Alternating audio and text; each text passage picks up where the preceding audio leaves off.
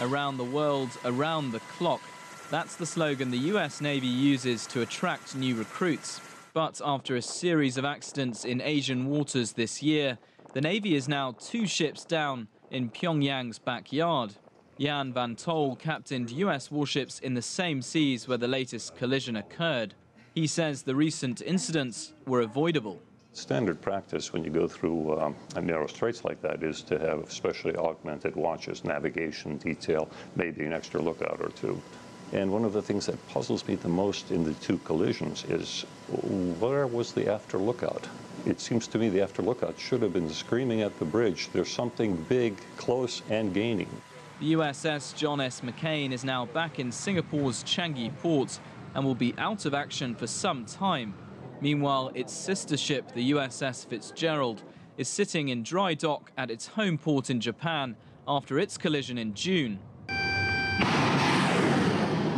Both ships are equipped with Aegis ballistic missile defense systems.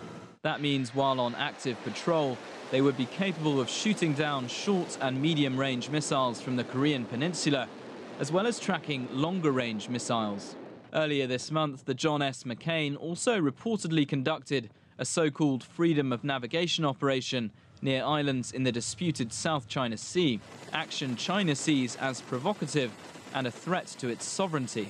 US President Donald Trump has vowed to give his military leaders the tools they need to plan for future defense commitments. But military analysts in Washington blame overly stretched naval resources for the recent collisions. When there's a mismatch between resources and operations, for a while you can bridge that gap simply by running the Navy and the sailors harder than they're capable of sustaining.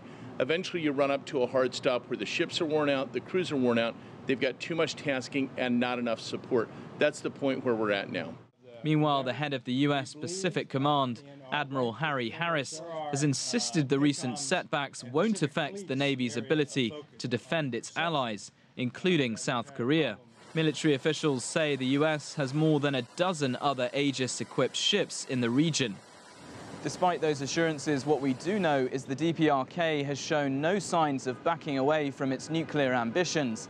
And the US Navy now has 2 fewer ships in the region to monitor a growing threat.